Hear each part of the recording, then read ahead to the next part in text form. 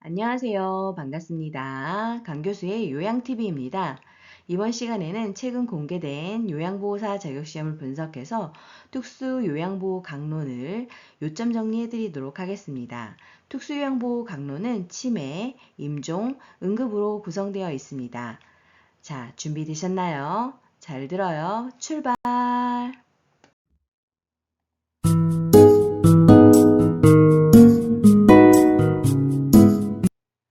동영상을 빠르게 듣고 싶으신 분들은 화면을 눌러서 톱니바퀴 모양을 누른 후 재생속도 글씨를 눌러 1.25 또는 1.5 배속으로 조절해 주세요.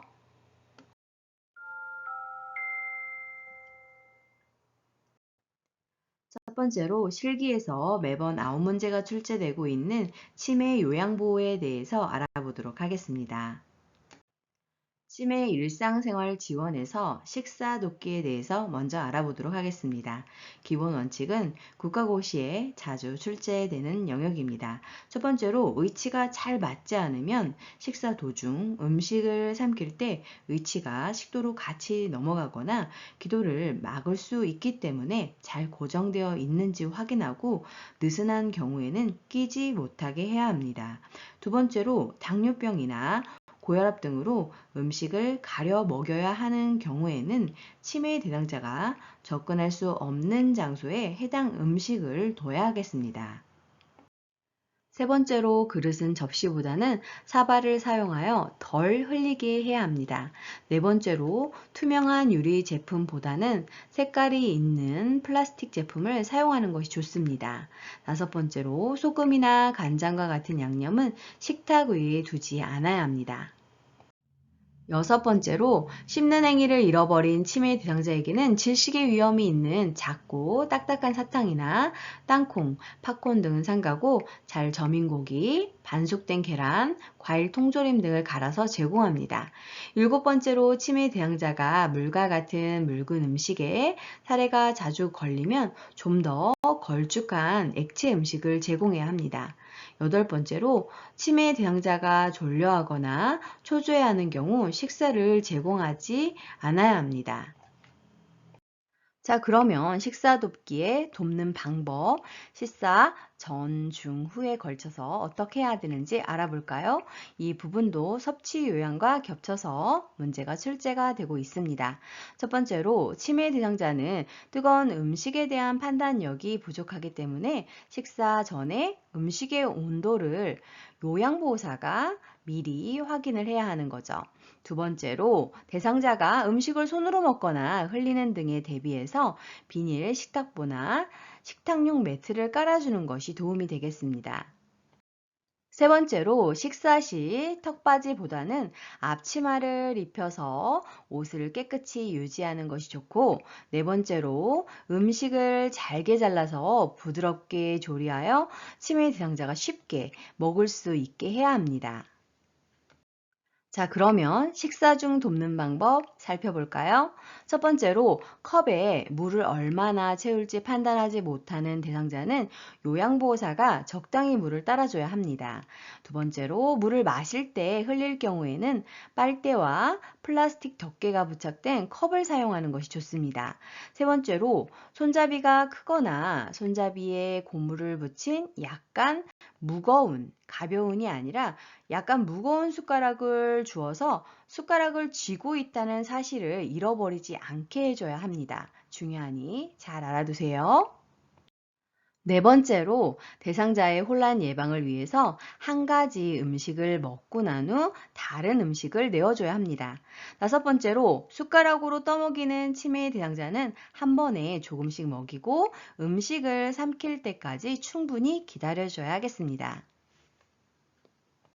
자, 그러면 배설 돕기의 기본 원칙 알아볼까요? 이 부분도 배설 요양 부분과 함께 겹쳐지는 내용으로 국시에 다수 출제가 되고 있으니 꼭 알아두세요. 첫 번째로 요이나 변이를 느끼지 못하면 배설 기록지를 기록해서 배설 시간과 양 등의 습관을 파악해야 합니다. 두 번째로는 치매 대상자의 방을 화장실에서 가까운 곳에 배정합니다. 세 번째로 화장실 위치를 알기 쉽게 표시해두고, 네 번째, 화장실에서 옷을 쉽게 벗을 수 있도록 벨트나 단추 대신 조이지 않는 고무줄 바지를 입도록 하고, 세탁하기 편하고 빨리 마르는 옷감이 좋습니다. 지퍼 있는 옷은 입히지 않는 것이 좋습니다. 다섯 번째로, 낮에는 기저귀를 사용하지 않는 것이 좋은데요. 기저귀는 대상자에게 수치감을 유발할 뿐만 아니라 실금 사실을 알리려는 일을 안 하게 할 수 있기 때문에 가능하면 착용을 하지 않아야 합니다. 여섯 번째로, 야간에 화장실 이용이 위험할 때에는 쿠션이 있고 시트나 등받이가 있는 이동 변기를 사용할 수 있습니다. 이때 바퀴가 달린 변기는 위험할 수 있기 때문에 사용을 금하나 사용을 하게 됐을 때에는 반드시 잠금이 되어 있어야 합니다. 일곱 번째로, 대소변을 잘 가렸을 때에는 칭찬을 해주고 실금한 경우에도 괜찮다고 말해주면 좋습니다. 자, 다음으로는 배설도끼에 공통 적용되는 돕는 방법 살펴볼까요? 첫 번째로, 적절한 시기, 즉 식사 전, 외출 전 화장실을 이용하도록 유도하는데 강요하지는 않아야 합니다. 이 내용 중요합니다. 치매 대상자를 관찰하면 화장실에 가고 싶을 때 하는 행동이나 표정을 알 수 있으니 그때 화장실을 이용할 수 있도록 하면 됩니다. 두 번째는, 하루의 식사량과 수분의 섭취량은 적당량을 유지를 해야 합니다.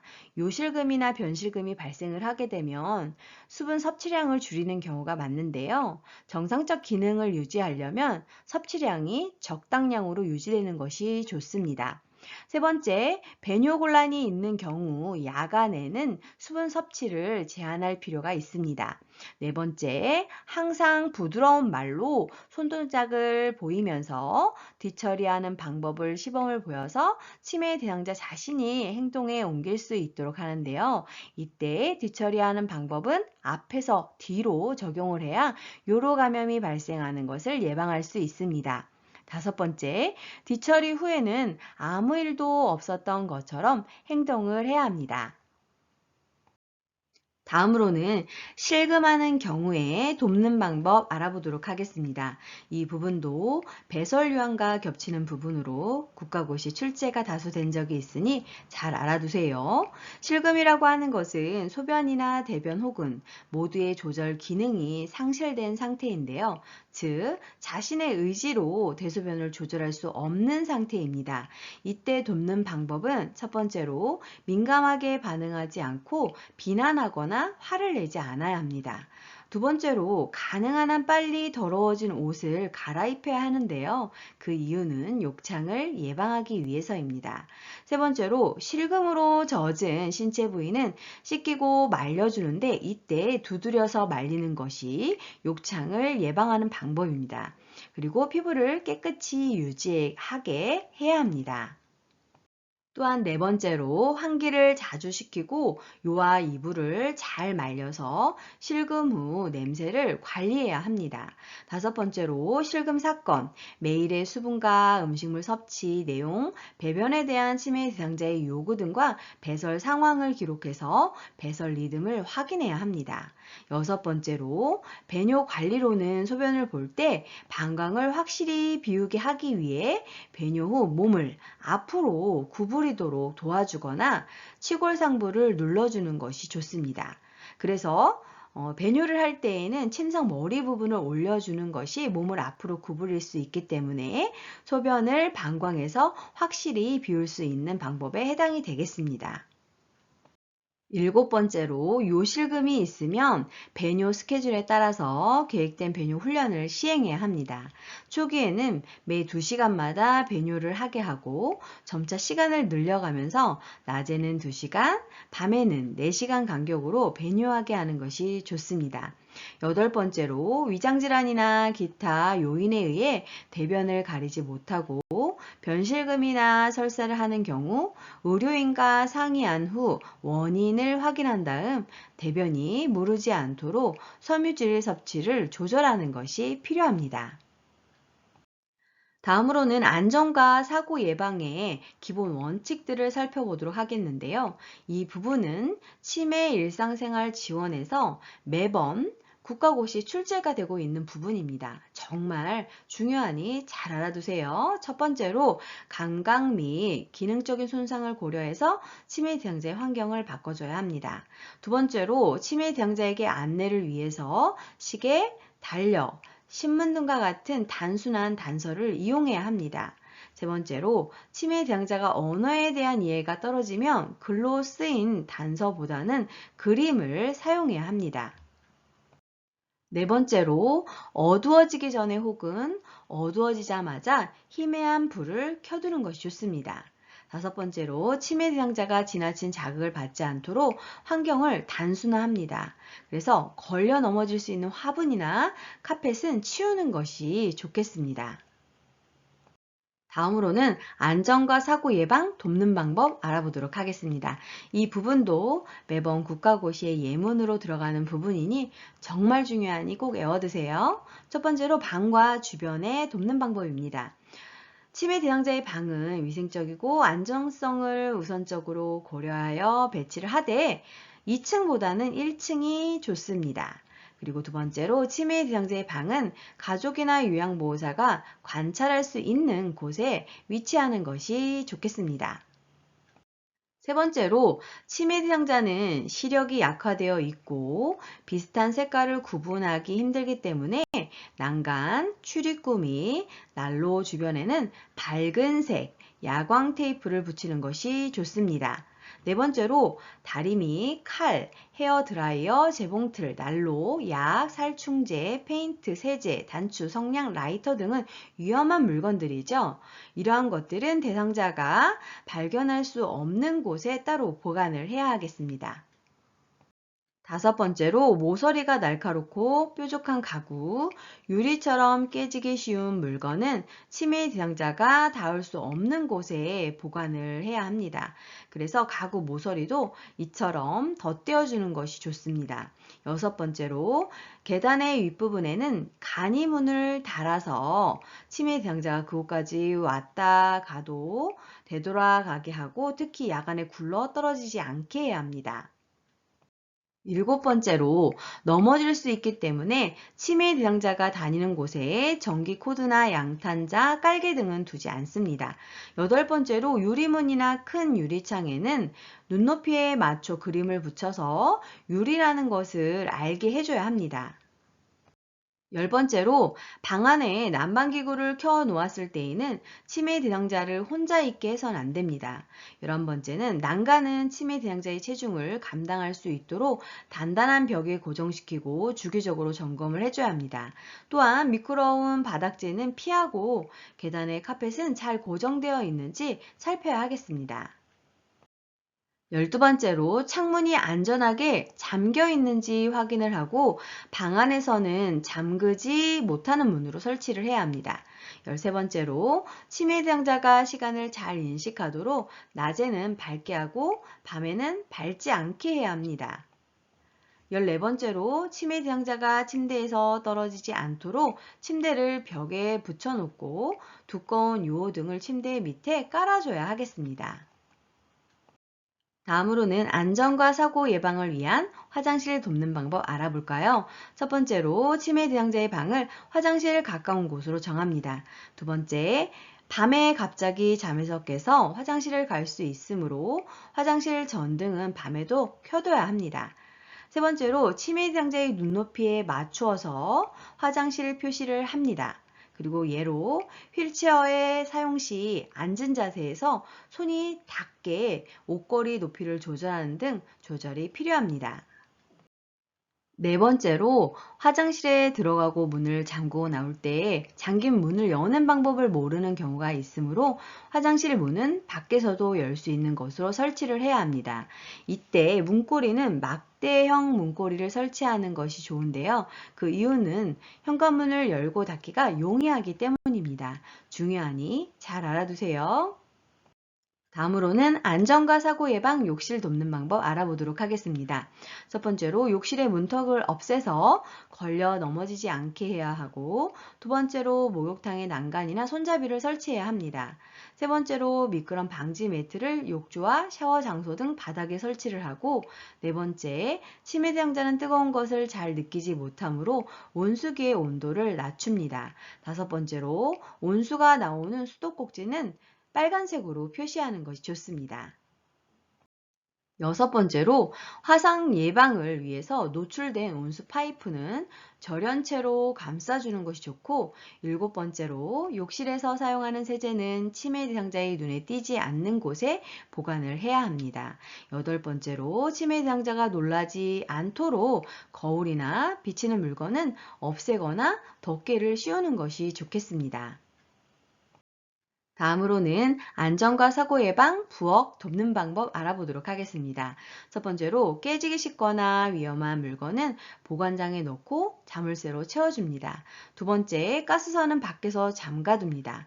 세 번째는 냉장고에 부착하는 과일이나 채소 모양의 자석은 치매 대상자가 먹을 수 있기 때문에 사용하지 않아야 합니다. 네 번째로 음식물 쓰레기는 치매 대상자가 꺼내 먹을 수 있기 때문에 부엌 안에 두지 않아야 하겠습니다. 자, 그러면 반복적인 질문과 행동 시 기본 원칙에 대해서 알아보도록 하겠습니다. 이 부분은 매번 국가고시에 출제가 되고 있는 부분인데요. 중요하니 잘 알아두세요. 첫 번째로 치매 대상자의 주의를 환기시켜야 합니다. 두 번째로 반복적인 행동이 해가 되지 않으면 무리하게 중단시키지 말고 그냥 놔둬도 됩니다. 세 번째로 치매 대상자가 심리적 안정과 자신감을 갖도록 도와줘야 하고, 네 번째로 질문에 답을 해주는 것보다 치매 대상자를 다독거리며 안심시켜서 주는 것이 중요합니다. 다섯 번째로 반복되는 행동을 억지로 고치려고 하지 않아야겠습니다. 다음으로는 반복적인 질문과 행동 시 돕는 방법 알아보도록 하겠습니다. 이 부분도 매번 국가고시에 출제가 되고 있는 부분인데요. 중요하니 잘 알아두세요. 첫 번째로 크게 손뼉을 치는 등 관심을 바꾸는 소음을 내는 것입니다. 두 번째로 치매 대상자가 좋아하는 음식을 주거나, 세 번째로 좋아하는 노래를 함께 부릅니다. 네 번째로 과거의 경험 또는 고향과 관련된 이야기를 나누고, 다섯 번째로 콩 고르기, 나물 다듬기, 빨래 개기 등 단순하게 할 수 있는 일거리를 제공하는 것 또한 방법입니다. 그리고 진행되고 있는 미술 프로그램에 참여할 수 있도록 하는 것 또한 방법이 되겠습니다. 이번에는 음식 섭취 관련 문제 행동 돕는 방법 알아보도록 하겠는데요. 이 부분도 매번 국가고시에 출제가 되고 있는 중요한 부분입니다. 잘 알아두세요. 첫 번째로 그릇의 크기를 조정해서 식사량을 조정할 수 있는데요. 그릇의 크기를 좀 작게 하게 되면 듬뿍 담긴 것처럼 보이기 때문에 대상자가 만족스러워할 수 있습니다. 두 번째로 치매 대상자가 좋아하는 대체식품을 이용할 수 있고, 세 번째로 식사하는 방법을 잃어버렸다면 자세히 가르쳐 주는 것도 좋습니다. 네 번째로 식사 도구를 사용하지 못할 경우에는 손으로 집어 먹을 수 있는 식사를 만들어 주는 것도 방법이고, 이때 숟가락을 사용하고자 할 때에는 숟가락을 짚고 있는 것을 인식할 수 있도록 약간 무거운 숟가락을 제공하는 것이 더 좋습니다. 다섯 번째로 음식을 잘게 썰어 목이 막히지 않게 하고, 치매 말기에는 음식을 으깨거나 갈아서 걸쭉하게 만들어서 제공하는 것이 좋겠습니다. 여섯 번째로 위험한 물건을 먹지 못하도록 치워야 하겠습니다. 일곱 번째로 치매 대상자가 위험한 물건을 빼앗기지 않으려고 하는 경우에는 치매 대상자가 좋아하는 다른 간식과 교환을 하면 되겠습니다. 여덟 번째로 금방 식사한 것을 알 수 있도록 먹고 난 식기를 그대로 두거나 매 식사 후 달력에 표시를 해두는 것이 방법입니다. 자, 그러면 수면장애 시 돕는 방법 알아볼까요? 이 부분도 국가고시에 정말 많이 출제가 되었던 부분입니다. 첫 번째로 낮에 졸게 되면 밤에 수면장애가 심해지기 때문에 산책과 같은 야외 활동을 통해서 신선한 공기를 접하고 운동하도록 도와야 하겠습니다. 두 번째로 밤낮이 바뀌어 낮에 꾸벅꾸벅 조는 경우에는 말을 걸어서 자극을 줘야 하겠습니다. 세 번째로 소음을 최대한 없애고 적정 실내 온도를 유지하는 것이 필요합니다. 네 번째로 오후와 저녁에는 커피나 술과 같은 음료를 주지 않아야 합니다. 수면을 방해하기 때문인 거죠. 그 반대로 따뜻한 우유를 제공하면 수면을 돕기 때문에 제공하는 것이 좋겠습니다. 다섯 번째로 잠에서 깨어나 외출하려고 하면 요양보호사가 함께 동행하는 것이 필요하고, 여섯 번째로 침대에 눕게 한 후 가족에 대해 이야기를 나누는 것 또한 방법입니다. 혈관성 치매에 걸리게 되면 뇌순환 장애로 인해서 수면 각성 리듬이 깨지면서 수면 장애가 나타나는 경우도 있기 때문에 이 부분도 파악하고 대상자를 돌봐주시면 좋겠습니다. 자, 그러면 배회 시 돕는 방법에는 어떤 것들이 있을까요? 이 부분은 국가고시에 매번 출제가 되고 있는 중요한 부분이니 잘 알아두세요. 첫 번째로 낙상 방지를 위해서 안전한 주변 환경을 조성해야 하고, 두 번째로 치매 대상자의 신체적인 욕구가 있는 것은 아닌지 우선적으로 살펴보고 해결해 줘야 합니다. 세 번째로 단순한 일거리를 주어서 배의 증상을 줄이고, 단순한 일거리로는 콩나물 다듬기 이런 것들이 좋습니다. 네 번째로는 집안에서 배회하는 경우에는 배 코스를 만들어주는 것도 좋은 방법입니다. 다섯 번째로 치매 대상자가 신분증을 소지하도록 합니다. 예로 실종될 경우를 대비해 곧바로 찾을 수 있게 연락처를 적어둡니다. 필요하다면 주소, 전화번호가 적힌 이름표를 대상자의 옷에 꿰매주는 것도 방법입니다. 여섯 번째로 배회 예방을 위해서 현관이나 출입문에 배를 달아놓아 대상자가 출입하는 것을 관찰할 필요가 있고, 현관문, 창문 등 출입이 가능한 모든 곳의 문은 잠가둬야 하겠습니다. 일곱 번째로 텔레비전이나 라디오를 크게 틀어놓지 않으며 집안을 어둡게 하지 않아야 합니다. 소음은 치매 대상자로 하여금 그들에게 포위당했다는 느낌이 들게 할 수 있기 때문입니다. 그리고 침대 옆에 매달려 있거나 부주의하게 내에 던져진 옷까지는 착각과 환각을 일으킬 수 있기 때문에 정리하는 것이 좋겠습니다. 여덟 번째로 낮 시간에 단순한 일거리를 주어서 에너지를 소모하게 되면 야간 배회 증상을 줄일 수 있습니다.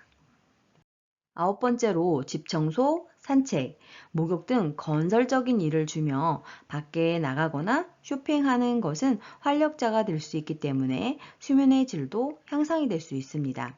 열 번째로 고양이나 가족에 대한 대화를 나눠서 관심을 다른 곳으로 돌림으로써 정서 불안에 의한 배회를 줄여줄 수 있습니다. 11번째로 상실감이나 욕구와 관련된 배회일 때에는 치매 대상자의 주변을 친숙한 것으로 채워주고 가족과 다과 등을 함께하는 시간을 갖도록 하는 것이 좋겠습니다. 461쪽 참고 같이 살펴보도록 하겠는데요. 치매 대상자의 신체 욕구를 우선적으로 해결해야 하는 이유에 대해서 살펴보도록 하겠습니다. 이 부분은 36회, 39회, 40회 국가고시 출제가 되었습니다. 중요하니 잘 알아두세요. 치매 대상자는 희망하는 바를 적절하게 표현하지 못하기 때문에 배고픔, 대소변을 싼 침구, 춥거나 더운 방, 위통이나 요통 같은 질환 등으로 초조감을 느끼고 배회를 할 수 있기 때문입니다. 그리고 치매약 처방이 바뀐 후에 대상자가 초조한 듯 방안을 왔다 갔다 할 경우가 있는데요. 이때 요양보호사가 돕는 방법은 증상을 메모해 두었다가 병원에 가지고 가서 의사에게 설명해 줘야 하겠습니다. 자, 그럼 의심, 망상, 환각 시 기본 원칙에 대해서 알아보도록 하겠습니다. 이 부분은 매번 국가고시에 출제가 되고 있는 부분인데요. 중요하니 잘 알아두세요. 첫 번째로 치매 대상자의 감정을 이해하고 수용해야 합니다. 두 번째로 치매 대상자가 보고 들은 것에 대해서 아니라고 부정하거나 다투지 않아야 합니다. 세 번째로 치매 대상자 앞에서 다른 사람들에게 치매 대상자의 의심이나 행동, 치매 대상자가 잃어버렸다고 의심하는 물건을 이야기하지 않아야 합니다. 또한 조롱하는 말투를 사용하지 않아야 되며 특히 귓속말을 하지 않도록 주의해야 하겠습니다. 네 번째로 잃어버렸다거나 훔쳐갔다고 주장하는 물건을 찾은 경우 치매 대상자를 비난하거나 훈계하지 않아야 하고 물건을 발견했을 때도 아무 일도 아닌 것처럼 행동하는 것이 중요합니다. 다섯 번째로 규칙적으로 시간과 장소를 알려줘서 현실감을 유지하게 하는 것이 좋겠습니다. 여섯 번째로 치매 상자가 다른 것에 신경을 쓰도록 계속 관심을 돌리는 것이 필요합니다. 예로 함께 밖으로 나가 바람을 쐬는 것도 방법입니다. 일곱 번째로 치매 대상자에게 하는 모든 행위에 대해서 간단히 설명을 해주는 것이 좋고, 만약 음식을 섭취하려고 하는데 독을 넣은 것 같다 라고 의심하는 경우에는 요양보호사가 제가 먼저 먹어볼게요. 그러고 같이 드세요 라고 말하는 것이 좋은 방법입니다. 여덟 번째로 요양보호사가 치매 대상자에게 도움을 주려고 한다는 것을 확신을 가질 수 있게 하는 것이 필요합니다. 자, 그럼 의심, 망상, 환각 시 돕는 방법 알아볼까요? 이 부분도 매번 국가고시에 출제가 되고 있습니다. 중요하니 잘 알아두세요. 첫 번째로 잃어버린 물건에 대한 의심을 부정하거나 설득하지 말고 함께 찾아봅니다. 그 외에도 지갑을 잃어버렸다고 불안해하면 잃어버린 신분증은 우편으로 돌아온다고 말을 해줄 수 있습니다. 두 번째로 동일한 물건을 자주 잃어버렸다고 하는 경우에는 같은 물건을 준비해 두었다가 잃어버렸다고 주장할 때 대상자가 물건을 찾도록 하는 것도 방법입니다. 세 번째로 치매 대상자가 물건을 두는 장소를 파악해 놓는 것이 좋습니다. 네 번째로 도둑망상으로 치매 대상자가 방을 지킨다며 방 안에만 있기를 고집하면 위험하지 않는 범위 내에서 허용합니다. 다섯 번째로 치매 대상자가 좋아하는 노래를 함께 부르거나 좋아하는 음악을 틀어줍니다. 여섯 번째로 망상이 심한 경우 시설장이나 간호사 등에게 알립니다. 예로 누군가 나를 잡으러 왔어 라며 책상 밑으로 숨을 때에는 이제 가고 없다 안심시키고 같이 있어주는 것이 방법이 되겠습니다. 자, 그러면 파괴적 행동 시의 기본 원칙 살펴볼까요? 이 부분은 매번 국가고시에 출제가 되고 있는 중요한 부분입니다. 잘 알아두세요. 첫 번째로 파괴적 행동 반응을 유발하는 사건을 사전에 예방합니다. 두 번째로 규칙적인 일상생활을 하도록 활동을 구성해서 대상자가 자신의 활동을 예측할 수 있게 해야 합니다. 세 번째로 치매 대상자의 수준에 맞는 의사결정권을 주고, 네 번째 치매 대상자가 혼돈하지 않도록 한 번에 한 가지씩 제시하거나 단순한 말로 설명을 해주는 것이 좋습니다. 다섯 번째로 이해하지 못한 말은 다른 형태로 설명하지 말고 같은 말로 반복해서 설명을 해야 합니다. 여섯 번째로 천천히 치매 대상자의 관심 변화를 유도해야 합니다. 그리고 일곱 번째로 행동이 진정된 후에는 왜 그랬는지 질문하거나 이상 행동에 대해서 상기시키지 않아야 하겠습니다. 여덟 번째로 치매 대상자가 활동에 참여하고 있는 중이면 활동을 중지시키고 가능한 한 다른 자극을 주지 않아야 하겠습니다. 아홉 번째로 모든 신체 언어는 위협적으로 느끼지 않게 해야 합니다. 열 번째로 불필요한 신체적 구속은 피해야 하겠습니다.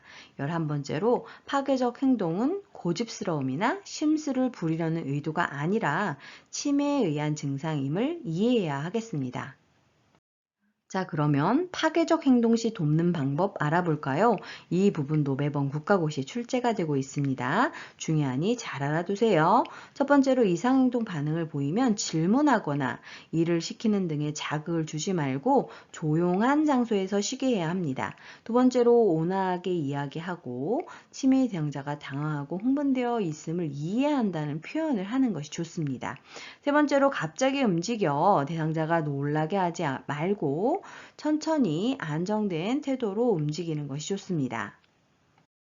네 번째로 일상적인 생활에 대해서 자상하게 반복해서 설명을 해주고 신체적인 요양보호 기술을 적용 시에는 도와주는 행동을 말로 표현을 하는 것이 좋습니다. 치매 대상자가 끊임없이 난폭한 발작을 하지 않는 한 신체적 구속은 사용하지 않아야 되겠고, 구속이 불필요한 경우에는 신체의 일부만 구속을 하고 구속한 후에는 공격적인 행동이 사라질 때까지 접촉은 줄이는 것이 도움이 되겠습니다. 석양증후군의 특성을 살펴보면 낮에는 유순하다가도 저녁 8, 9시만 되면 갑자기 침대 밖으로 뛰쳐나오거나 옷을 벗고 방을 서성이다 문을 덜그럭거리거나 바닥을 뒹굴고 침대 위로 뛰어오르는 등의 행동을 하는 것이 특징입니다. 자, 그러면 석양증후군 시 기본 원칙 살펴볼까요? 이 부분도 자주 출제가 되는 부분이니 잘 알아두세요. 첫 번째로 해질녘에는 요양보호자가 충분한 시간을 가지고 치매 대상자와 함께 있어주는 것이 좋습니다. 예로 대상자가 저녁이 되면서 나가려고 옷을 꺼내면 어르신 옷을 같이 찾아보자고 하는 것도 방법이 되겠습니다. 두 번째로 치매 대상자가 좋아하는 소일거리를 주거나 애완동물과 함께 즐거운 시간을 갖는 것이 좋습니다. 세 번째로 낮 시간 동안 움직이거나 활동하게 하는 것이 좋고 네 번째로 신체적인 제한은 치매 대상자가 소리를 지르거나 몸부림치거나 화내고 고집 부리는 행동을 더욱 악화시키므로 하지 않아야 하겠습니다.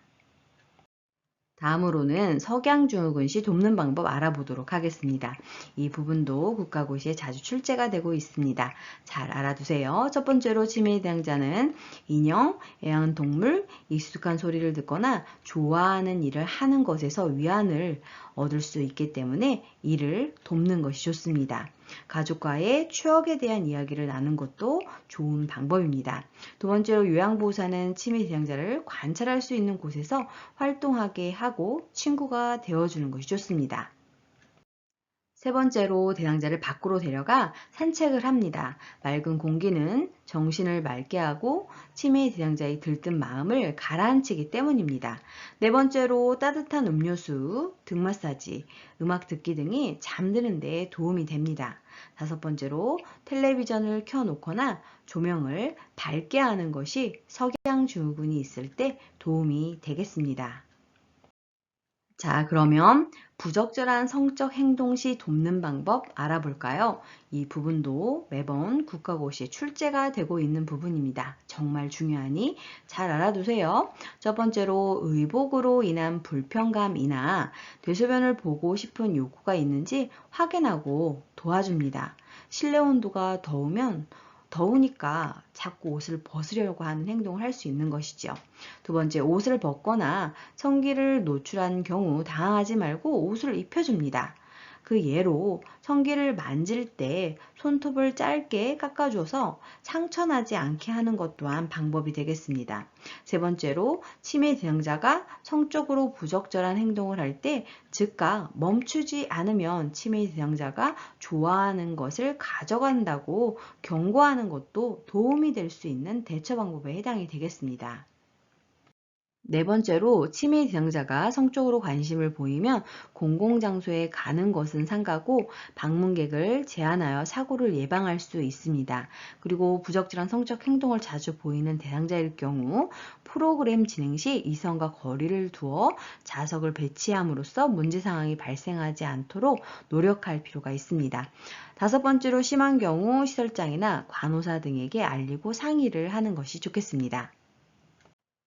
이번에는 필기에서 매번 두 문제가 출제되고 있는 임종 요양보호에 대해서 알아보도록 하겠습니다. 첫 번째로 임종 전 단계에 대해서 알아보도록 하겠습니다.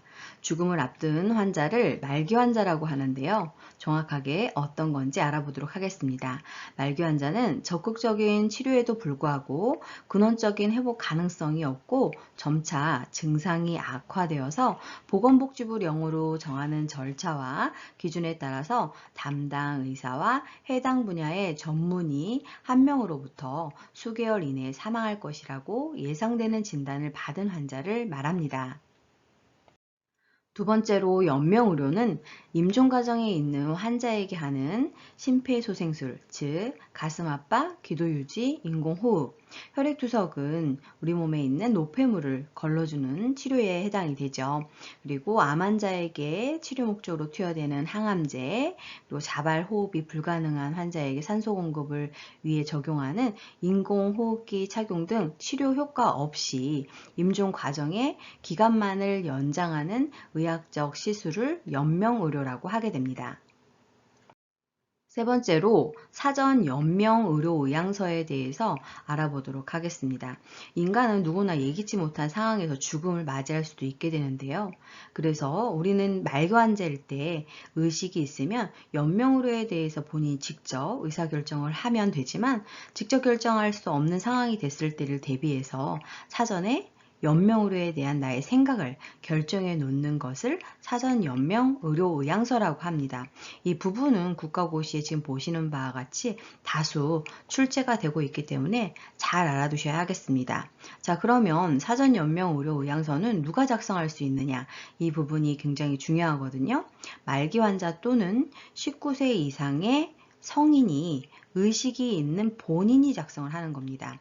여기서 알아두셔야 되는 건 나이와 누가 작성하는지를 알아두셔야 되는 거죠. 그리고 무엇에 대한 나의 의견이냐면 임종 과정에 있는 환자에게 하는 심폐소생술, 혈액투석 항암제, 인공호흡기 착용, 수혈, 혈압 상승제, 체외 생명 유지술 등 치료 효과는 없이 임종 과정의 기간만을 연장하는 의학적 시술에 대한 의향서입니다. 자, 그리고 사전 연명 의료 의향서라고 하는 것은 연명 의료를 중단한다는 의향을 명시하는 건데요. 내가 이것을 결정했다 하더라도 통증 완화를 위한 의료 행위와 영양분을 공급해주고 그리고 물 공급, 산소의 단순 공급은 보류하거나 중단할 수가 없습니다. 그래서 내가 제공받지 않는 것과 제공받는 것을 알고 계셔야 합니다. 연명 의료의 중단은 의사의 도움을 받아 죽도록 하는 적극적인 안락사와는 다르다는 것도 기억하셔야 합니다. 그럼 내가 이것을 작성하기만 하면 되느냐? 그것이 아니라 작성 후에 등록을 해야 하는데요. 그 등록을 해야 하는 기관의 이름이 무엇이냐면 국립연명의료관리기관에 등록을 해야지만 효력이 발휘를 하게 되는 것입니다. 그런데 사전 연명 의료 의향서를 등록했다고 해도 의료기관에 자동으로 연동되는 것이 아닙니다. 연명 의료 정보 처리 시스템을 통해서 확인을 하면 사전 연명 의료 의향서 작성 여부를 열람할 수가 있습니다. 연동되는 것이 아니라 내가 들어가서 확인해 봐야 그 작성 여부를 열람할 수 있다는 것입니다. 그리고 사전 연명 의료 의향서는 언제든지 변경을 할 수 있고 또한 철회도 가능합니다. 그리고 본인에게 이런 상황이 발생했을 때 사전 연명 의료 의향서를 따르라고 가족에게 미리 전달하는 것이 굉장히 중요한 사항입니다. 왜냐하면 연동되는 것이 아니고 또 찾아서 보지 않으면 내가 이러한 생각을 밝혔는지를 알 수가 없기 때문에 가족들에게 미리 알려야 되는 것이죠. 다음으로는 임종기 단계에 대해서 알아보도록 하겠습니다. 그 첫 번째로 임종 징후, 즉 임종이 임박했음을 알려주는 징후에 대해서 알아보도록 하겠는데요. 이 부분은 최근 국가고시에 2번 출제가 되었습니다. 중요하니 잘 알아두세요. 첫 번째로 대부분 누워있고 음식 및 음료 섭취에 무관심해지게 됩니다. 두 번째로 의식이 점차 흐려지고 혼수 상태에 빠지게 되죠. 세 번째로 맥박이 약해지고 혈압이 떨어지고 네 번째로 숨을 가쁘고 깊게 몰아쉬며 가래가 끓다가 점차 숨을 깊고 천천히 쉬게 됩니다. 즉 호흡이 불규칙해지는 것입니다. 뿐만 아니라 다섯 번째로 손발이 차가워지고 식은땀을 흘리고 점차 피부색이 파랗게 변하게 되고 여섯 번째로 대소변을 실금하게 되면서 항문이 열리게 됩니다. 일곱 번째로 근육의 긴장도가 감소하게 되고 여덟 번째로 동공이 축소되지가 않습니다. 뇌기능이 정상일 때 대강반사라고 해서 동공에 불을 비추게 되면 동공이 축소를 하게 되는데 임종에 있는 대상자는 뇌기능이 정상적으로 작동을 하지 않기 때문에 동공이 축소하지 않습니다. 이 부분 중요하니 잘 알아두세요. 다음으로는 임종기 단계의 두 번째 임종 적응 단계에 대해서 알아보도록 하겠습니다. 임종 적응 단계는 부정, 분노, 타협, 우울, 수용의 단계를 거치게 되는데요. 이 과정별 각각의 특징과 어떤 돌봄을 제공해야 되는지, 어떤 표현을 하는지에 대해서 문제가 출제가 되고 있습니다. 자, 자세히 알아볼까요? 부정 단계에 대해서 알아보도록 하겠습니다. 첫 번째 단계로 부정과 고립의 단계이죠. 이때 대상자가 주로 표현하는 말은 아니야, 나는 믿을 수 없어 라고 자주 표현을 하게 됩니다. 대상자는 치명적으로 진행되는 자신의 병을 인식하면서도 이러한 사실에 충격적으로 반응을 하게 되면서 사실로 받아들이려고 하지 않고 다시 회복될 수 있다고 믿고 싶어 합니다. 그래서 다른 병원을 또 가본다든가 하는 이런 행동을 하게 되는 것입니다. 두 번째 단계는 분노 단계에 해당이 되는데요. 이 부분은 39회 국가고시에 출제가 되었습니다. 중요하니 잘 알아두세요. 분노 단계에서는 자신의 감정을 반항과 분노로 표출을 하게 되는데요. 그 분노의 대상이 자신, 그리고 사랑하는 사람, 그리고 의료진이나 하나님에게까지 간접적으로 표현을 하게 됩니다. 이때 표현하는 말들을 보면 나는 아니야, 왜 하필이면 나야, 그리고 왜 지금이야 등으로 말을 하게 되고 어디서나 누구에게나 불만스러운 면을 불평을 하게 되는데 그 이유가 주위로부터 관심을 끌려고 하는 표현에 해당이 되겠습니다. 세 번째 단계는 타협의 단계인데요. 이 부분은 최근 국가고시 2번 출제가 되었습니다. 중요하니 잘 알아두세요. 이 단계에서는 자신이 아무리 죽음을 부정하고 부인하고 화를 내봐도 피할 수 없는 상황에 처해 있다는 것을 알게 되고 제3의 길을 선택을 하게 되는데요. 이때에는 주위로부터 존경과 이해를 받고 있다고 느끼면 비이성적인 요구가 줄어드는 것이 특징입니다. 그리고 이때 표현하는 말을 보면 그래, 내게 이런 일이 벌어졌어, 인정해. 그래도 우리 아이가 시집 갈 때까지만 살게 해주세요 라고 표현을 하게 되면서 삶이 얼마간이라도 연장되기를 바라게 되는 것입니다. 그래서 타협 단계의 대상자가 표현하는 말 알고 계셔야 합니다. 네 번째 단계는 우울의 단계입니다. 자신이 더 이상 회복 가능성이 없다고 느끼면서 침울해하는 시기인데요. 대상자는 자신의 근심과 슬픔을 더 이상 말로 표현하지 않고 조용히 있거나 울기만 합니다. 이때 요양보호사가 해줘야 하는 돌봄은 말보다는 손 동작이나 접촉이 훨씬 더 필요한 시기라고 볼 수 있습니다. 그래서 대상자는 자기와 같이 느끼고 슬퍼하고 자기 곁에 있어줄 사람이 필요한 시기라고 할 수 있겠습니다. 마지막 단계는 수용의 단계입니다. 이 시기는 죽는다는 사실을 체념하고 받아들이는 시기로 대상자에게는 머나먼 여정을 떠나기 전에 갖는 마지막 정리의 시간을 갖게 되는 것이죠. 그러면서 대상자는 나는 지쳤어 라고 표현을 하게 되는 것입니다. 그래서 각 단계별 대상자가 표현하는 말, 그리고 특징, 돌봄을 어떻게 제공해 줘야 되는지 이 부분을 알고 계시면 되겠습니다. 다음으로는 신체적 정신적 변화에 대한 요양보호에 대해서 알아보도록 하겠습니다. 그 첫 번째로 호흡 양상의 변화에 대해서 알아보도록 하겠는데요. 이 부분은 국가고시에 출제가 되었던 부분입니다. 중요하니 잘 알아두세요. 증상을 살펴보면 호흡수와 깊이가 불규칙적이고 무호흡과 깊고 빠른 호흡이 교대로 나타나는 것이 특징입니다. 돕는 방법을 살펴보면 숨 쉬는 것을 돕기 위해 상체와 머리를 높여주는 것이 도움이 되고 대상자의 손을 잡아주고 편안하게 해주는 것이 좋습니다. 그리고 또한 가습기를 연하게 켜주시는 것이 도움이 되겠습니다. 체온의 변화를 살펴보도록 하겠는데요. 이 부분도 국가고시에 출제가 되었습니다. 중요하니 잘 알아두세요. 증상을 보면 손, 발부터 시작을 해서 팔, 다리로 점차 싸늘해지고 즉 체온이 떨어지는 거죠. 그리고 피부의 색깔도 하얗게 혹은 파랗게 변하게 되는데 그 이유는 혈액순환이 저하돼서 그렇습니다. 돕는 방법을 살펴보면 담요를 덮어서 따뜻하게 해주는 것이 좋으나 보온을 위해서 전기기구, 즉 전기장판, 전기선풍기 이런 것들은 사용하지 않아야 합니다. 화상의 위험이 있기 때문이죠. 수면 양상의 변화에 대해서도 알아보도록 하겠는데요. 이 부분도 국가고시에 출제가 되었습니다. 증상을 보시면 점점 잠자는 시간이 길어지게 되죠. 그러면서 의사소통이 어려워지게 되고 적절하게 반응을 하지 못하게 됩니다. 이렇게 수면 양상의 변화가 왔을 때 돕는 방법을 살펴보면 대상자 옆에서 손을 잡은 채 흔들거나 큰 소리로 말하지 말고 평상시 일반 사람들과 대화를 하듯이 부드럽고 자연스럽게 이야기를 해야 합니다. 대상자가 없는 것 같이 말하지 말고 반응하지 못한다 하더라도 정상인에게 말하는 것 같이 이야기를 해야 합니다. 돕는 방법 시험 문제 출제됐으니 잘 알아두세요.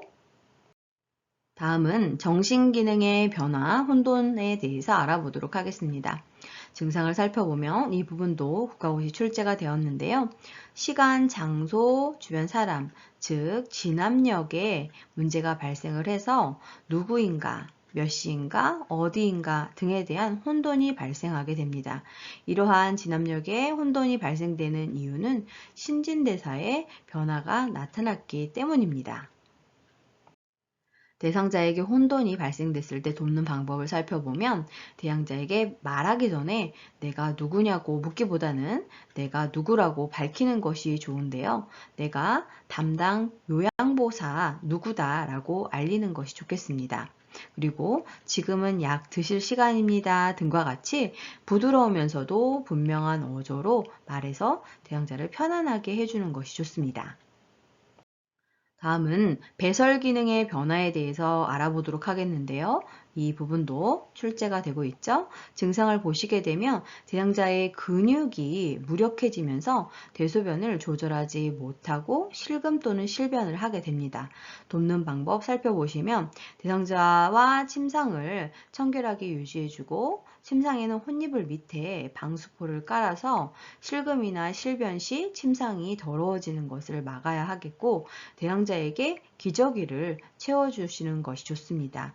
왜냐하면 누워있고 잠들어 있기 때문에 화장실에 모시고 가는 것이 어렵고 그리고 내가 지금 대변을 봤다 이런 표현을 하는 게 어렵기 때문에 임종 대상자에게는 기저귀를 채워주는 것이 좋습니다. 다음은 배액 기능의 변화에 대해서 알아보도록 하겠는데요. 증상을 살펴보면 가슴에서 돌 구르는 것 같은 가래 끓는 소리가 들리게 됩니다. 정상적인 사람이라고 한다면 기침 반사에 의해서 가래를 뱉어내겠지만 그러한 반사 반응이 효과적으로 작동을 못하는 시기이기 때문에 돌 굴러가는 것 같은 가래 끓는 소리가 나오게 됩니다. 이것은 심각한 통증을 의미하는 소리는 아니고 수분 섭취가 적어지고 정석적인 분비물을 기침으로 내보내는 능력이 저하되면서 나타나는 정상적인 변화에 해당이 되겠습니다. 배액이 잘 되지 않을 때 돕는 방법을 살펴보면 대상자의 고개를 옆으로 부드럽게 돌려주어서 그 분비물이 배액이 잘 되도록 해줌으로써 질식을 예방하는 것이 필요하고 흘러나오는 분비물을 젖은 헝겊으로 입안을 닦아줄 수도 있겠습니다. 그리고 분비물 배출을 위해서 옆에 가습기를 연하게 켜두는 것도 도움이 되겠습니다. 다음은 정신기능의 변화에 대해서 알아보도록 하겠습니다. 증상을 살펴보면 불안하기 때문에 같은 동작을 반복하게 되는데요. 그 반복하는 이유가 무엇인지에 대한 것이 국가고시에 출제가 되었습니다. 그 이유는 뇌에 산소 공급이 부족해지고 신진대사가 변화되게 되면 불안정해지고 같은 동작을 반복하게 되는 것입니다. 이때 돕는 방법을 살펴보면 같은 동작을 반복한다고 해서 움직이지 못하게 억제하는 것은 좋지 않고 대상자의 이마를 가볍게 문질러 주거나 책을 읽어주고 혹은 진정시킬 수 있는 음악을 들려주게 되면 불안정해졌던 것들이 안정해지고 차분해지면서 반복 행동이 가라앉을 수 있습니다. 이번에는 소화기능의 변화에 대해서 알아보도록 하겠습니다. 증상을 살펴보면 음식이나 수분을 잘 섭취하려고 하지 않습니다. 그 이유는 대상자의 몸이 소화보다는 다른 기능인 심장박동 그리고 호흡 이런 것에 에너지를 소모해야 하기 때문입니다. 돕는 방법을 살펴보면 억지로 먹이려고 하지 말고 그 대신 작은 얼음 조각이나 주스 얼린 것 등을 입에 넣어주면서 탈수를 예방하고 입안을 상쾌하게 해주는 것이 좋습니다. 글리세린에 적신 솜으로 입안을 닦아주거나 작은 스프레이에 차가운 생수를 담아서 조금씩 입안에 뿌려주는 것이 도움이 되겠습니다. 이번에는 신장 기능의 변화에 대해서 보도록 하겠습니다. 증상을 살펴보면 수분 섭취가 적어지면서 신장을 통해 이루어지는 수분의 순환도 감소를 하게 되는데요. 그래서 자연히 소변량이 줄어들게 됩니다. 돕는 방법을 살펴보면 소변은 배출이 되어야 하는데 소변량이 줄어들거나 그리고 나오지 않게 되면 소변 배출을 목적으로 소변줄 삽입 여부를 결정을 해야 합니다. 그것은 요양보호사가 단독으로 할 수 없기 때문에 필요시에는 의료팀과 연계를 해서 그 부분을 해결해야 하겠습니다. 이번에는 임종 시기별 요양보호에 대해서 알아보도록 하겠습니다. 임종이 가까운 대상자에게 필요한 요양보호에 대해서 알아보도록 하겠는데요. 이 부분은 39회 국가고시에 출제가 되었습니다. 중요하니 잘 알아두세요. 첫 번째로 침상머리를 높이고 대상자의 머리를 옆으로 돌려서 침 등의 분비물 배출을 용이하게 해서 질식을 예방해야 합니다. 두 번째로 대상자가 용변을 보는 즉시 따뜻한 물로 닦아주고 기저귀를 갈아줘서 편안한 가운데 죽음을 맞이하도록 해야 합니다. 세 번째로는 대상자가 혼수 상태인 경우에도 마지막까지 남아있는 감각이 무엇이냐라고 물어보는 것이 문제에 출제가 되었는데요. 바로 청각입니다.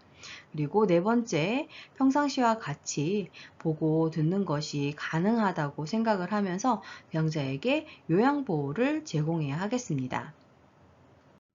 다음으로는 임종 후 요양보호에 대해서 알아보도록 하겠습니다. 첫 번째로 준비 물품을 살펴보도록 하겠는데요. 수의나 깨끗한 시트, 곡반이 필요합니다. 곡반은 지금 보시는 것처럼 강낭콩 모양의 스테인리스로 이루어진 도구에 해당이 되는 것으로 분비물을 받아내거나 어떠한 도구들을 옮기는 용도로 사용되는 것입니다. 그 외에도 비누와 물, 세면수건, 패드, 장갑 등이 필요합니다. 다음으로는 돕는 방법 살펴보도록 하겠는데요. 보시는 바와 같이 임종 파트에서 국가고시 문제에 자주 출제가 되고 있는 부분입니다. 중요하니 잘 알아두세요. 첫 번째로 모든 사후 처리 과정은 존중하는 태도로 경건하게 수행을 해야 하겠고, 두 번째 손을 씻고 일회용 장갑을 착용하면 되겠습니다. 세 번째로 대상자를 확인하고 대상자의 사생활을 보호해줘야 하겠습니다. 네 번째로 사후 강직, 몸이 뻣뻣해지는데요. 사망 2시간에서 4시간 후부터 시작을 해서 약 96시간 지속되게 되고 사후 강직이 시작되기 전에 바른 자세를 취하게 하는 것이 필요합니다. 다섯 번째로 튜브나 장치를 갖고 있는 대상자일 경우에는 간호사 등 의료인에게 제거해 줄 것을 의뢰해야 합니다. 그 이유는 요양보호사의 업무가 아니기 때문이죠. 여섯 번째로 대상자를 바로 눕히고 베개를 이용해서 어깨와 머리를 올려서 혈액 정체로 인한 얼굴색의 변화를 막아줘야 하겠고 뿐만 아니라 입이 벌어지는 것을 예방하는 효과도 있습니다. 그리고 일곱 번째로 대상자의 눈을 감기고 눈이 감기지 않을 경우에는 솜이나 거즈를 적셔서 양쪽 눈 위에 올려놓는 것이 필요합니다. 여덟 번째로 대상자의 의치를 그대로 둘지 빼내어 의치 용기에 보관할 것인지는 대상자의 가족에게 확인을 하고 그 결정에 따르면 되겠습니다. 아홉 번째로 필요시 대상자 몸에 묻은 분비물 등은 닦아주고 대상자의 몸에서 분비물이 나오기 때문에 엉덩이 밑에 패드를 대어주고 깨끗한 시트로 덮어두되 대상자의 시트가 얼굴을 덮지 않도록 어깨까지 덮어줘야 하겠습니다. 열 번째로 방이 깨끗하게 정리되어 있는지 확인하고 조명을 차분하게 조절해야 하고 11번째로 가족들이 사적으로 대상자를 만날 수 있게 시간을 줘야 합니다. 12번째로 대상자의 소유물은 모아두고 목록을 만든 다음 건네줘야 하겠고 13번째 일회용 장갑은 벗고 손을 씻어야 하겠습니다. 이번에는 가족에 대한 요양보호 살펴볼까요? 임종 대상자에게 필요한 가족에 대한 요양보호는 국가고시에 2번 출제가 된 적이 있습니다. 중요하니 잘 알아두세요. 첫 번째로 돕는 자로서 도움을 제공합니다. 가족과 함께 있으면서 도움을 주려고 노력하고 필요한 경우 도움을 요청할 수 있음을 알립니다. 임종 시 가족이 임종 대상자를 직접 돕게 하는 것이지요. 두 번째로 가족들과 관계를 형성하면서 함께 있는다입니다. 요양보호자는 가족을 이해하는 태도로 가족의 곁에 함께 있는 것이 좋은데요. 가족과 함께 있는 것만으로도 가족에게는 도움이 되기 때문입니다. 그러나 장례식이나 장지에 가는 일에는 참석하지 않는 것을 원칙으로 하고 있습니다. 세 번째로는 여러 가지 방법으로 가족을 지지해 줄 수 있는데요. 안아주거나 손을 잡는 등 적절한 신체 접촉을 통해서 가족들에게 혼자가 아니라는 느낌을 주는 것이 필요합니다. 그리고 가족이 대상자에게 한 일에 대해서 참 잘했네요. 좋습니다. 라면서 지지를 해주는 것이 필요하고 감정에 초점을 맞춘 경청 등은 정서적으로 큰 지지가 되기 때문입니다. 가족을 지지하기 위해서 격려를 하되 곧 괜찮아질 거예요. 아무 염려하지 마세요와 같은 상투적인 말은 도움이 되지 않습니다. 그렇기 때문에 하지 않아야 하고 힘드시지요? 수고 많으셨어요와 같이 가족을 공감할 수 있는 그리고 위로해주는 표현을 하는 것이 좋겠습니다. 해야 할 표현과 하지 않아야 되는 표현 알아두세요. 네 번째로는 가족이 자신의 감정을 표현할 수 있도록 도와야 하는데요.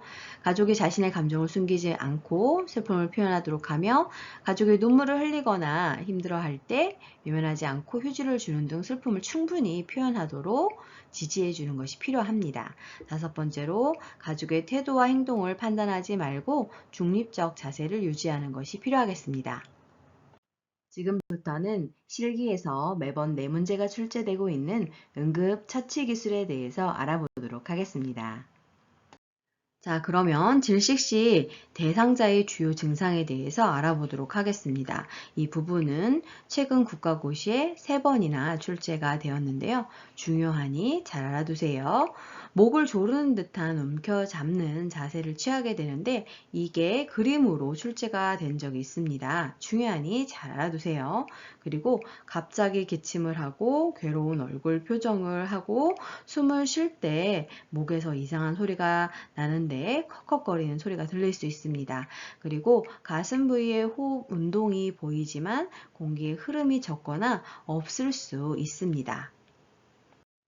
질식 시 돕는 방법은 의식이 있는 경우와 없는 경우로 나누어서 처치를 하게 됩니다.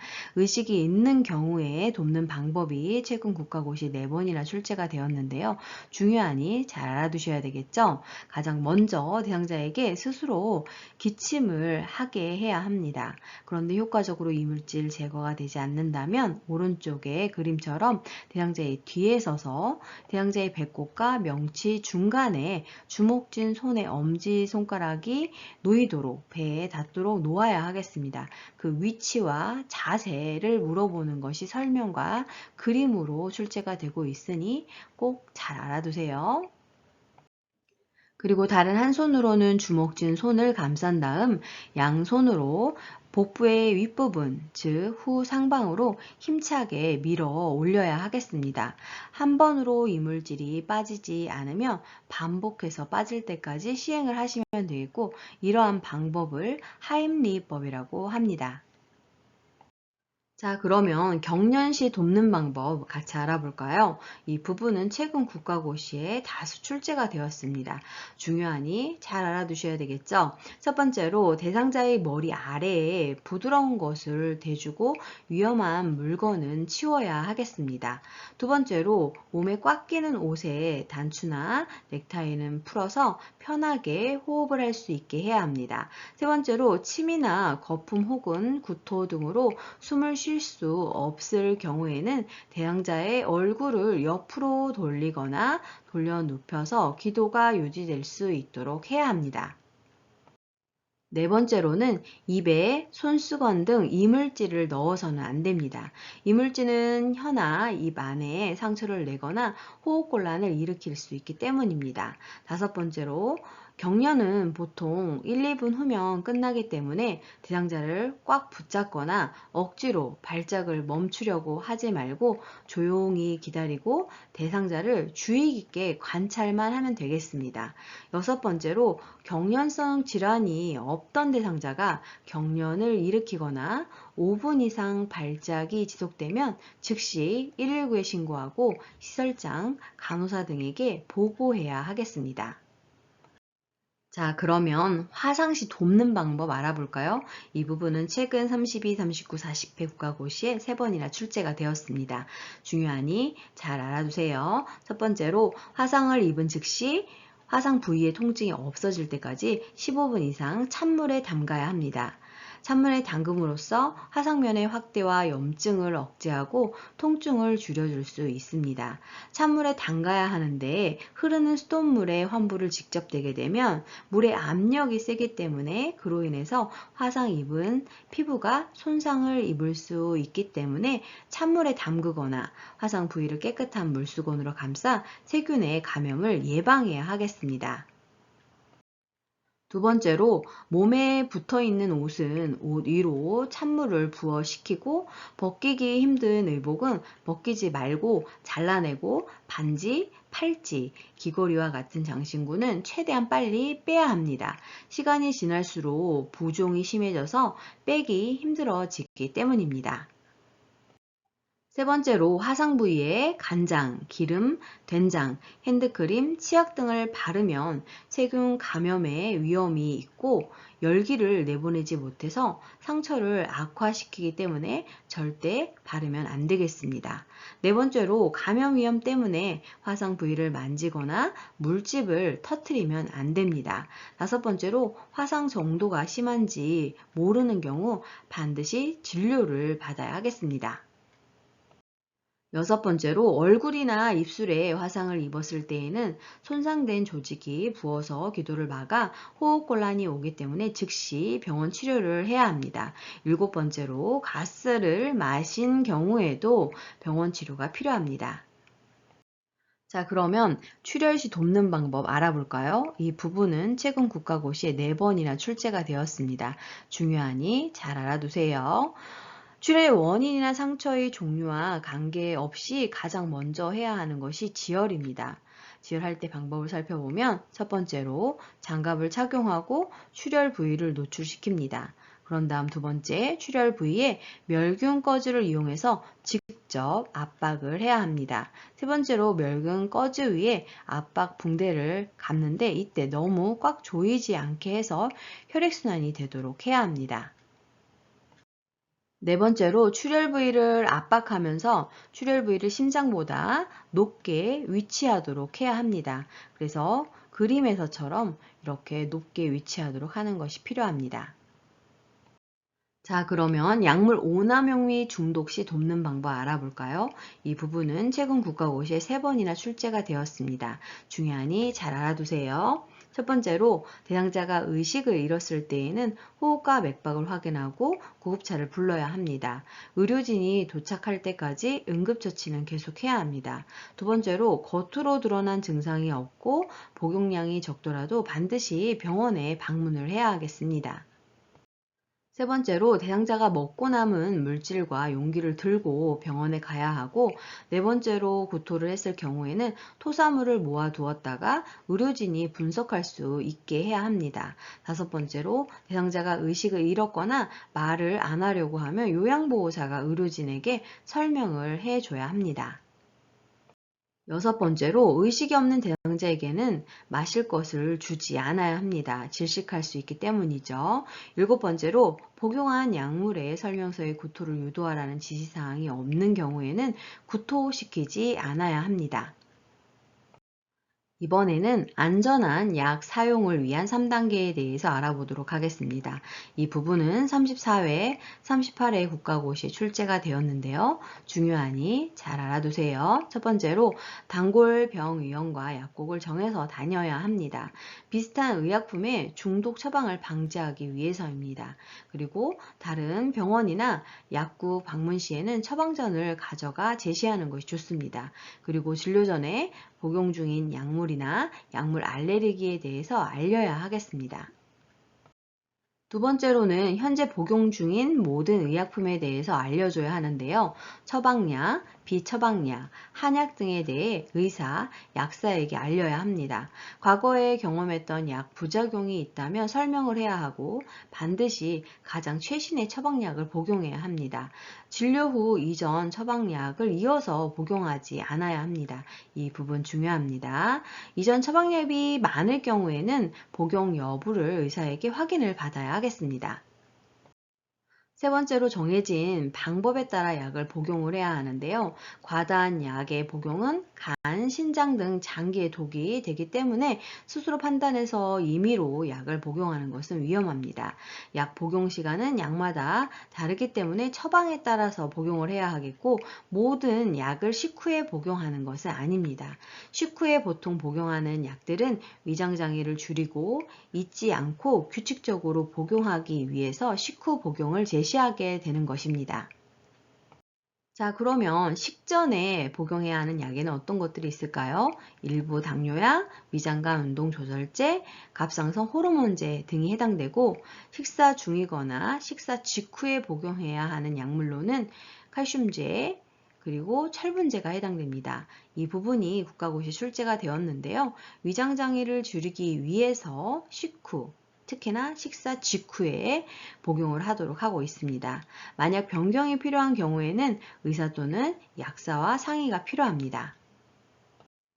그리고 약은 물과 함께 복용을 하는 것이 원칙입니다. 그렇지 않고 다른 것과 복용을 했을 때에는 여러 가지 문제가 발생할 수 있습니다.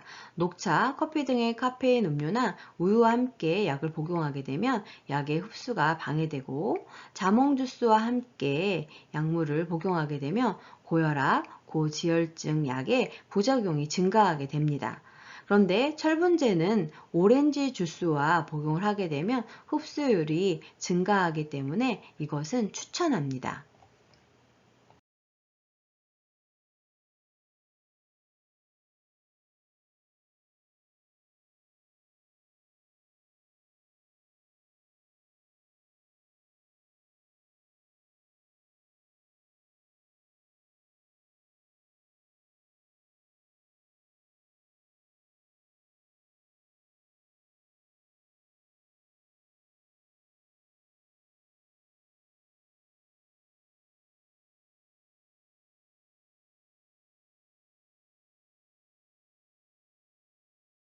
그리고 약을 잘라서 복용할 때에는 약마다 다르기 때문에 약사와 상의를 반드시 해야 합니다. 분할, 분쇄 불가능한 약재로는 장용 코팅제가 있는데요. 이것은 분쇄하게 되면 약효가 저하될 수 있습니다. 그림에 보시면 장용 코팅제는 이렇게 생겼고요. 그리고 서방제도 분쇄하지 않아야 되는데 부작용이 증가하기 때문이고 그 종류를 보면 타이레놀이 서방제에 해당이 됩니다. 약 삼키는 것이 힘들다고 모두 잘라 복용하면 안 되는데 이때 가운데에 절단선이 있는 약만 자르거나 갈아 먹을 수 있습니다. 그리고 본인이 처방받은 약만 복용을 해야 합니다. 같은 질환, 같은 약물이라도 성별, 나이, 체중, 간 기능, 콩팥 기능에 따라 용량이 다르기 때문입니다. 자신의 약을 나누어 주거나 다른 사람의 약을 복용해서는 안 되겠습니다. 그리고 건강기능식품도 복용 전 의사, 약사와 충분히 상의를 해야 하는데요. 과다한 복용은 피하고 적당량만 복용을 해야 합니다. 그리고 주의사항을 반드시 확인하고 복용하며 건강기능식품은 많이 복용해도 괜찮다라는 것은 틀린 말입니다. 또한 냉장고는 습도가 높아서 보관에 적절하지가 않습니다.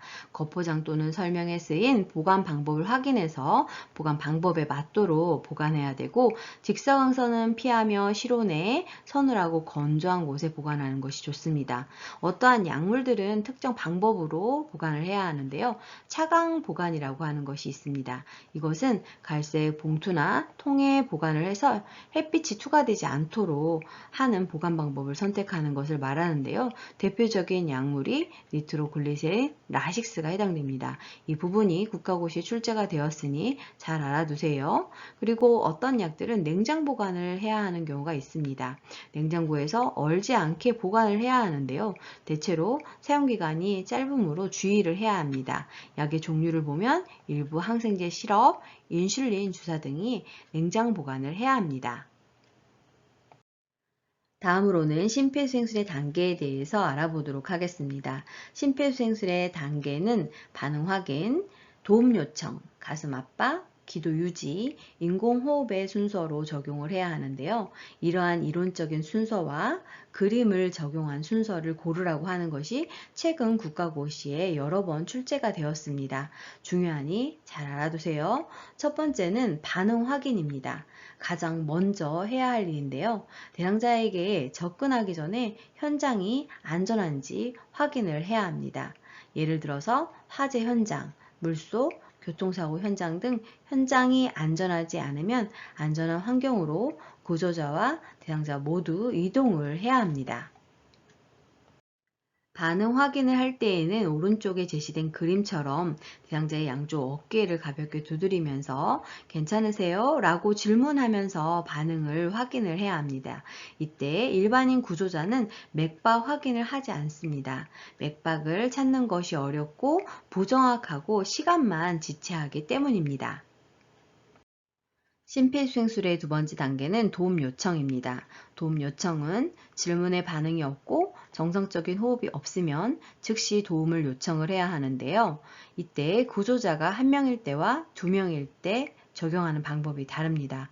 첫 번째로 구조자가 한 명일 때를 살펴보면 주위에 도와줄 사람이 없고 연락할 수 있는 매체가 없다면 잠시 현장을 이탈하더라도 도움을 먼저 요청하고 심폐소생술을 시작을 해야 합니다. 주위에 이용할 수 있는 자동 심장 충격기가 있다면 가져와서 사용을 하면 되겠습니다. 구조자가 두 명일 때에는 오른쪽 그림에서 보시는 바와 같이 한 명은 즉시 심폐소생술을 시작하고 다른 한 명은 119에 신고한 후 주위에 자동 심장 충격기를 가져와야 합니다. 주위에 자동 심장 충격기가 없다면 119가 올 때까지 한 명은 심장 압박을, 다른 한 명은 인공호흡으로 나누어 같이 심폐소생술을 실시하면 되겠습니다. 심폐소생술의 세 번째 단계는 가슴 압박입니다. 가슴 압박 부분은 최근 국가고시에 4번이나 출제가 되었습니다. 중요하니 잘 알아두세요. 가슴 압박은 대상자가 반응이 없고 정상적인 호흡이 없으면 곧바로 가슴 압박을 실시해야 합니다.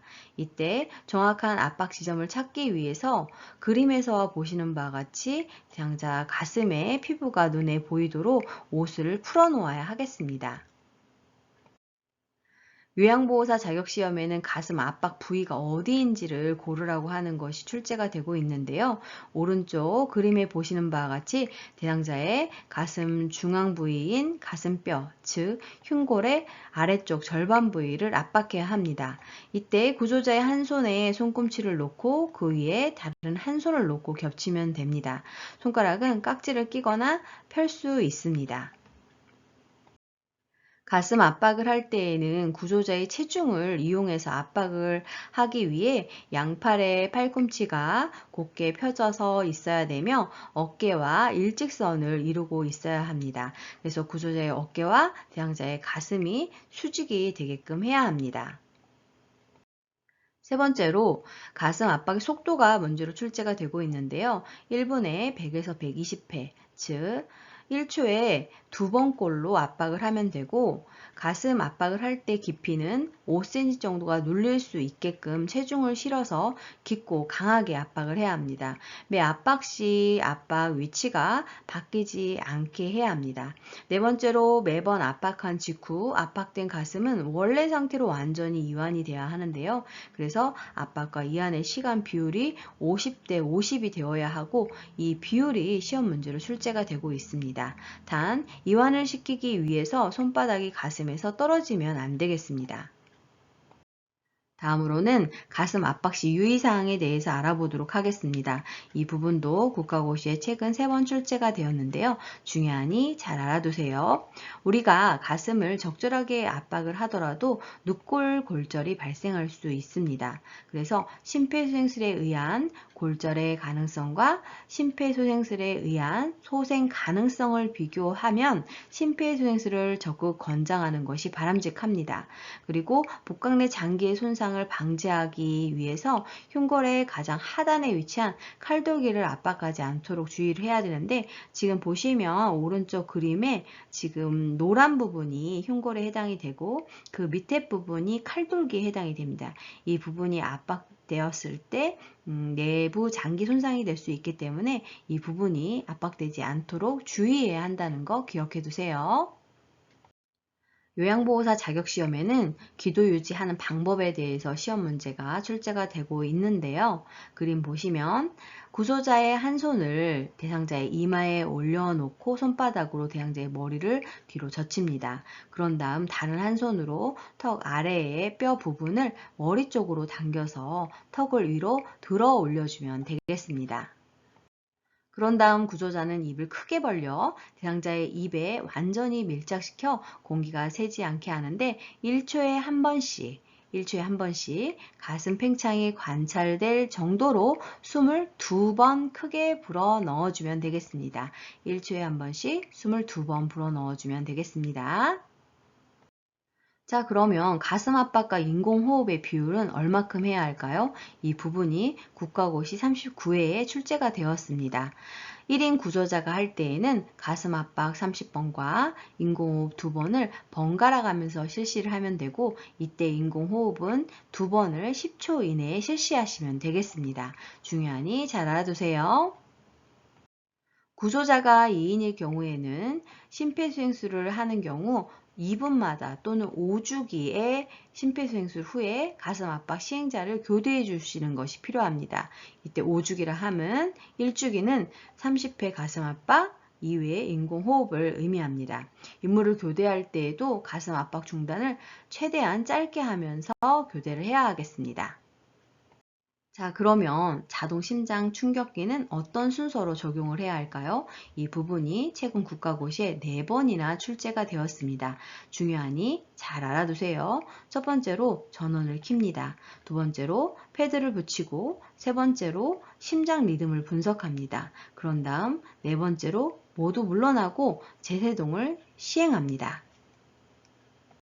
자, 그러면 자동 심장 충격기를 적용하는 자세한 설명 같이 한번 볼까요? 이 부분도 최근 국가고시에 이렇게나 많이 출제가 되었습니다. 중요하니 잘 알아두세요. 첫 번째로 자동 심장 충격기는 반응과 정상적인 호흡이 없는 심정지 대상자에게만 사용을 해야 합니다. 두 번째로 심폐소생술을 시행 중 자동 심장 충격기가 도착을 하면 지체 없이 전원을 켜야 합니다. 두 번째로 2개의 패드를 부착해야 되는데요. 어디에 부착을 해야 하는지 이론적인 거 그림으로 모두 다 출제가 되었습니다. 지금 보시면 첫 번째 오른쪽 패드는 오른쪽 빗장뼈 밑에 붙여야 하고, 왼쪽 패드는 왼쪽 겨드랑선에 붙여주면 되겠습니다. 세 번째로 심장 리듬 분석에 대해서 알아보도록 하겠는데요. 이 부분도 국가고시에 출제가 많이 되었죠. 중요하니 잘 알아두세요. 첫 번째로 분석 중이니 물러나라는 음성 지시가 나오면 심폐소생술을 멈춰야 합니다. 대상자에게서 손을 떼야 된다는 거 꼭 알아두세요. 떼지 않게 되면 구조자 혹은 요양보호사의 심장 리듬이 분석되기 때문입니다. 두 번째로 제세동이 필요하면 제세동이 필요합니다 라는 음성 지시와 함께 자동 심장 충격기 스스로 에너지 충전을 시작하게 됩니다. 자, 세 번째로 충전은 수초 이상 소요되기 때문에 충전 중에 가능한 가슴 압박을 시행하는 것이 좋습니다. 다음으로는 제세동 시행에 대해서 알아보도록 하겠는데요. 분석 결과 제세동이 필요합니다는 안내와 함께 제세동 버튼이 깜빡이게 됩니다. 그러면 충전이 완료되어 다시 모두 물러나라는 신호가 나오면 모두 물러나고 쇼크 버튼을 눌러주셔야 하겠습니다. 그래서 지금 옆에 제시된 그림도 같이 문제가 출제되고 있기 때문에 이 부분도 알아두세요. 5번째로 즉시 가슴 압박을 다시 시행을 해야 합니다. 충격이 전달된 즉시 가슴 압박을 시작하는데요. 30대 2 비율로 가슴 압박과 인공호흡을 반복을 해야 합니다. 그리고 자동 심장 충격기는 2분 간격으로 심장 리듬 분석을 자동으로 반복을 하는데요. 이 반복되는 시간 알아두셔야 합니다. 그리고 자동 심장 충격기 사용 및 심폐소생술 시행은 119 구급대가 현장에 도착할 때까지 지속하셔야 하겠습니다. 앞에서도 설명을 드렸듯 심폐소생술의 순서는 이론적으로 그림으로 모두 출제가 되고 있는데요. 순서를 다시 살펴보면 반응 확인, 도움 요청, 가슴 압박, 기도 유지, 인공호흡, 심장 충격 순서로 실시를 합니다. 그림으로도 같이 알아두시는 것이 반드시 중요하니 꼭 알아두셔야 하겠습니다. 수고 많으셨습니다. 틀린 문제는 꼭 교재를 보시고 암기해 주세요. 좋아요와 구독 꾹 알람 설정 눌러주시면 새로운 강의 동영상을 바로 보실 수 있습니다. 감사합니다.